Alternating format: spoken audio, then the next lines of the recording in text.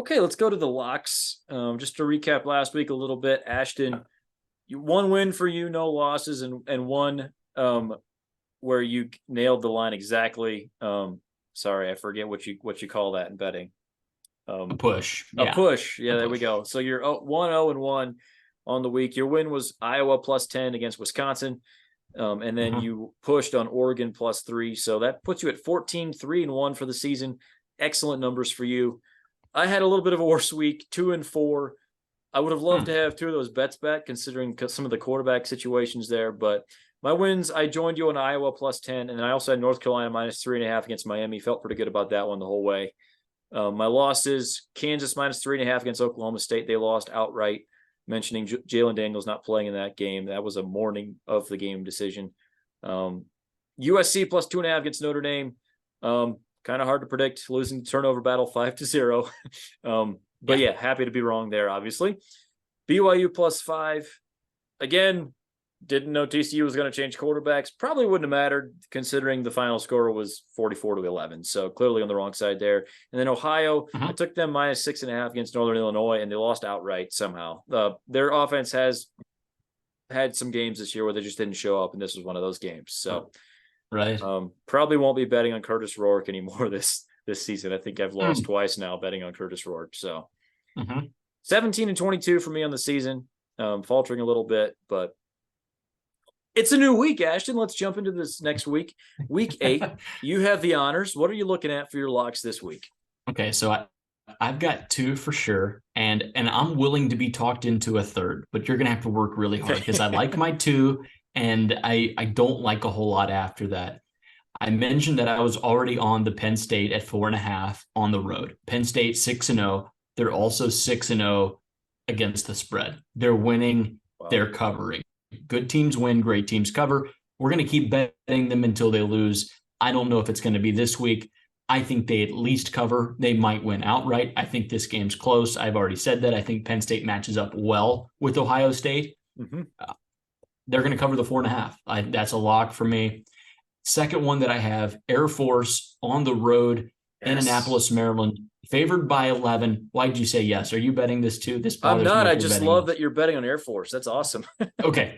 Gotcha. Yeah. So I'm betting on Air Force. They're 6-0. They're favored by 11. I think there's a lot of value. 10.5 is even better. There's a lot out there.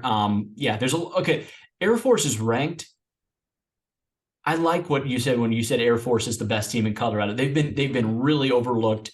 And like they just kind of sat kind of in Colorado's shadow, I guess, for the first bit of the season. They're kind of stepping into the light a little bit. They should be favored by more than 11. I think they beat Navy handily.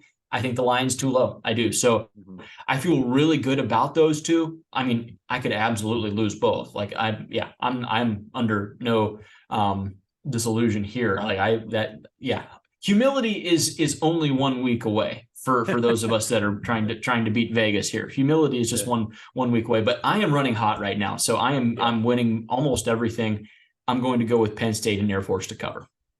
I think the only way you lose the Air Force one is if there's just not enough possessions. Like if they both just run the ball all day, which is, I mean, yeah, that can happen and they can still cover. But if Air Force might win that game 24-14 or something like that. So, yeah.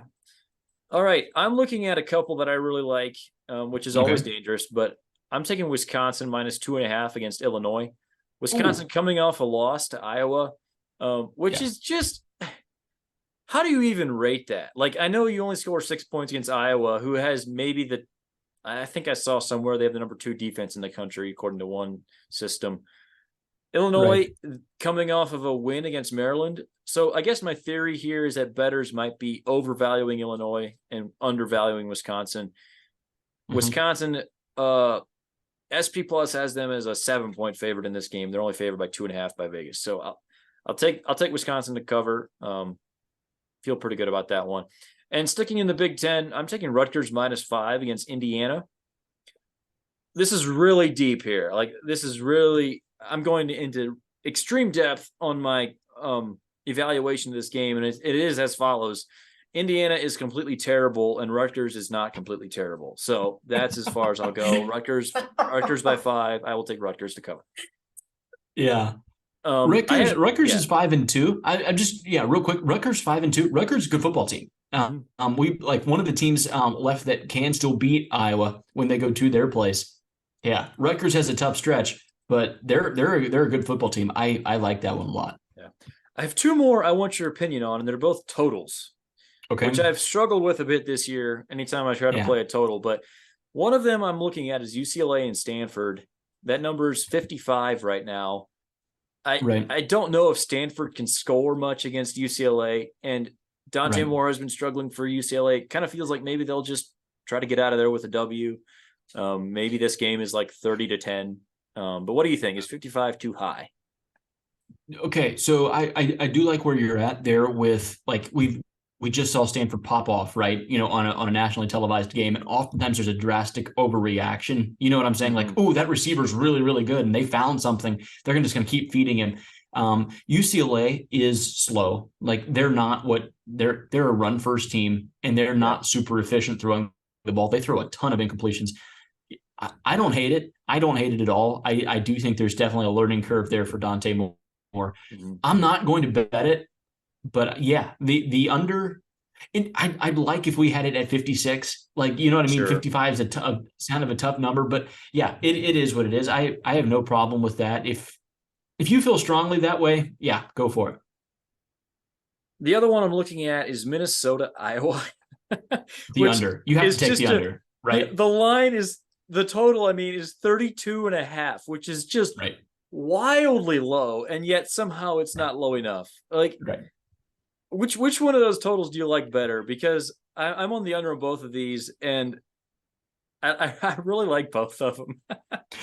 There's a wild stat out there. I think Iowa's had like of the 5 lowest point totals in the last like 10 years or whatever. This recent stretch of Iowa teams has been like 4 of the 5 of the lowest totals. They've been involved in 4 of those 5 games, and they've almost all gone under. Like, you know what I'm saying? Like we throw a total at, didn't last year we have like an Iowa game where it was like 32.5 or 33.5, and it was 10-6. Like that was like a final score or something, and like it was comfortably under. The Wisconsin game, by the way, last week for Iowa was I think 36.5, and that one was comfortably under too. We never would have had to sweat that one.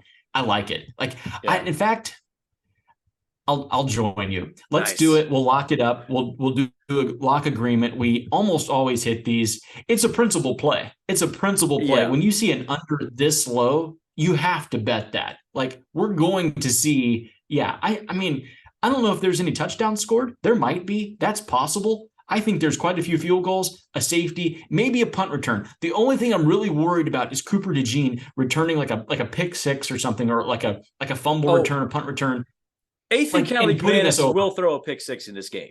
I know. Sure. I'm kind of worried about it. I do. That is kind of the concern there. In fact, I've probably talked myself back out of it again. I'll let you go alone on that one. I'll let you go alone. I'm going to try to protect my record here. I've got a really good record, and I don't feel strongly about it. And you're right. The Minnesota quarterback, he throws picks like they're going out of style. And I was really good at turning those into points. Like they trot their defense out there to score points. I was watching something on, there was some little skit that happened recently, and it was like, well, like we gave Penn State 97 snaps or whattever. Like that's plenty of time for our defense to score points. It's their fault that our offense is not any good. It was like one of those deep fakes of the Ferentz kid. Coordinator. It was fun. Yeah. The defenses might end up having more return yardage in this game than the offenses have total yardage. Not literally, but it's I expect it to be ugly. I think we could possibly survive 2 pick 6s in this game and still go under. Like it's possible. So I'll stick with it. I'll go under both of these games. I got 4 plays: Wisconsin -2.5, Rutgers -5, Minnesota, Iowa under 32.5, and UCLA, Stanford under 55. Ashton has 2 plays: Penn State +4.5, and Air Force -10.5.